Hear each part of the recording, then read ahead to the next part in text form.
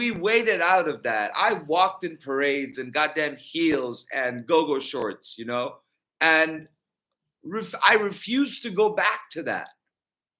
I mean, not just the go-go shorts and the heels, but I refuse to go back to having to hide who I am. And I refuse to be terrified and terrorized by my own people. And by my own people, I mean Americans. And I'm telling you that Americans are not at heart hate-filled, but Americans are easily duped. I'll tell you this much. It's easy to swindle an American. It's easy because Americans work hard all the time. And because they work hard all the time, they seldom have the time to look up and see what's happening in the world. And so the way they do that is by relying on those around them who do. And those around them who do also have their lives. So they go and listen to radio programs and to podcasts on their way to and from work.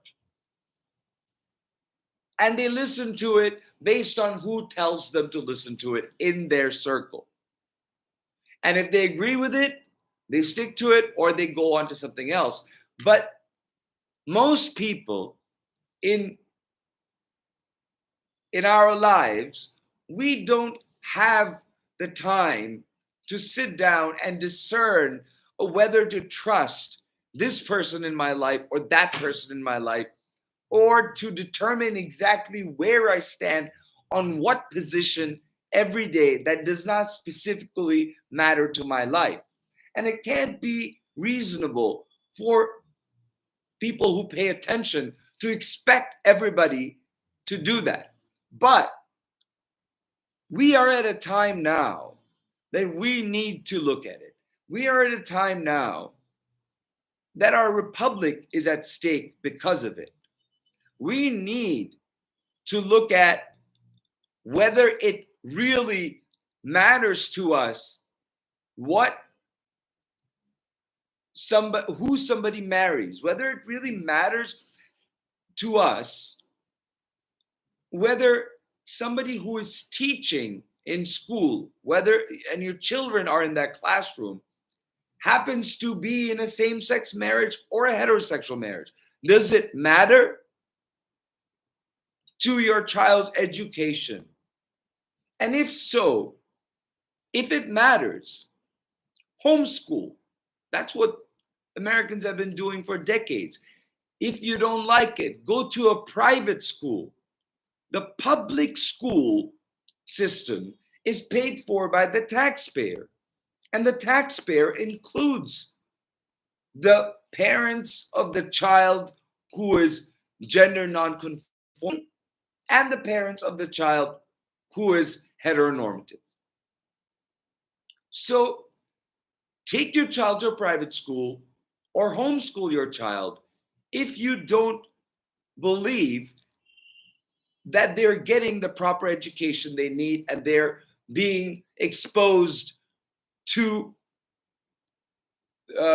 sexualized information, when nothing of that sort is happening in the public schools, because that would be an outrage. And each of these statutes, like I did with the Florida Don't Say Gay bill, the Florida Don't Say Gay bill, just like the Don't Say Gay equivalent that's been introduced by the GOP in Congress, is a vague and overbroad law that targets the entire sexual minority that's been protected under Obergefell. Excuse me, water break. And Obergefell is a case that gives same-sex couples the right to marry under the Equal Protection Clause, under the substantive due process analysis of emergent rights that Justice Kennedy writes about. And all of that is on the chopping block now with the overruling of Roe. I've talked about that as well. And if that goes, we go back to the era of Bowers v. Hardwick. Pretty much reasonable basis scrutiny, meaning the government just have to have a rational basis scrutiny, just have to have a rational basis in a legitimate state interest in order to have that law. What is the legitimate state interest in prohibiting people from loving who they want?